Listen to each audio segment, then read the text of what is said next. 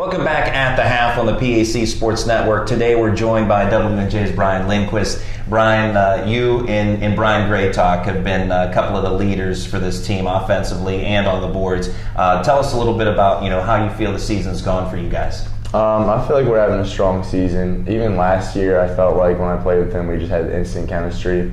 Whenever I get the ball in certain spots, I'd always just see him cut into the basket, and he did a good job faking. So it was easy just to hit for the rim, and he always finishes. So I love playing with Gray Talk.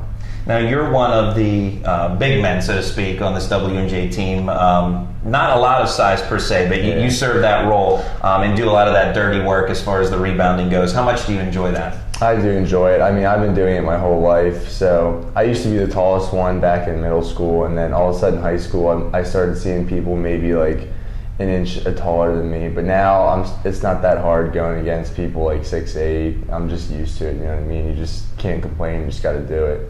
One of the games that we covered on the PAC Sports Network this season against Bethany, you had a fabulous night, 28 points. Take us through that game and what led to your big game. I don't know. Right away, coach kind of put me in good spots, calling plays for me, and then I finished and I made my free throws, which it's a good tone setter. And then I just continued it out through the game, and Coach Stu kind of helped me get into my spots, and I just finished after that. Now, this WNJ team in the rebuilding phase, as one of the upperclassmen, how do you try to keep the team steady, especially from an emotional aspect? I just got to remind them that we're still young and we're still playing against people that have been starting for 3 or 4 years, and despite their being a freshman, they're doing a very good job of helping us out, and they still have 3 more years to just get stronger, lift weights, and get their shot better. I mean, I only have 1 more year after that, but their future is quite strong if they keep up the hard work. We talked about Brian Gray Talk a little bit earlier. He comes from an athletic family. His brother and sister both play basketball. You come from an athletic family as well. Your dad played lacrosse in college at the University of Michigan. What's it like to come from such an athletic family? And has your dad ever relayed any stories of his time playing lacrosse in college? He first went to Brown, and then he led the league in scoring there, and he transferred to Michigan and led his team in scoring there.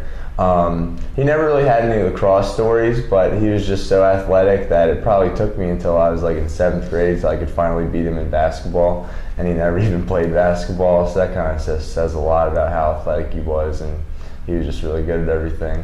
And your sister Mia, older sister, played at was a gymnast at Ursinus College. So, is there anything that, obviously very different sports, but is there anything that you learned from her from a competitive standpoint? Yeah, just to always just be focused and stuff like that. I can tell, like, even with the little things that involves like gymnastics, she just really focuses in.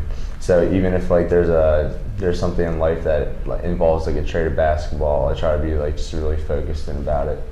And we talked about you as an upperclassman with such a young team here in the rebuilding phase. Your thoughts on some of the youngsters? There's obviously a lot of talent out there, guys like Sean Stanelli, among others, who have shown glimpses this year. Obviously, as freshmen, it still takes some time to come together. But your thoughts on some of the younger players? I think they're really good right now, and they're just going to keep getting better. Mike Zappala, Sean Stanelli, Richards, DeVito, Sven. I mean, they can all shoot the ball. They just provide a lot for the team.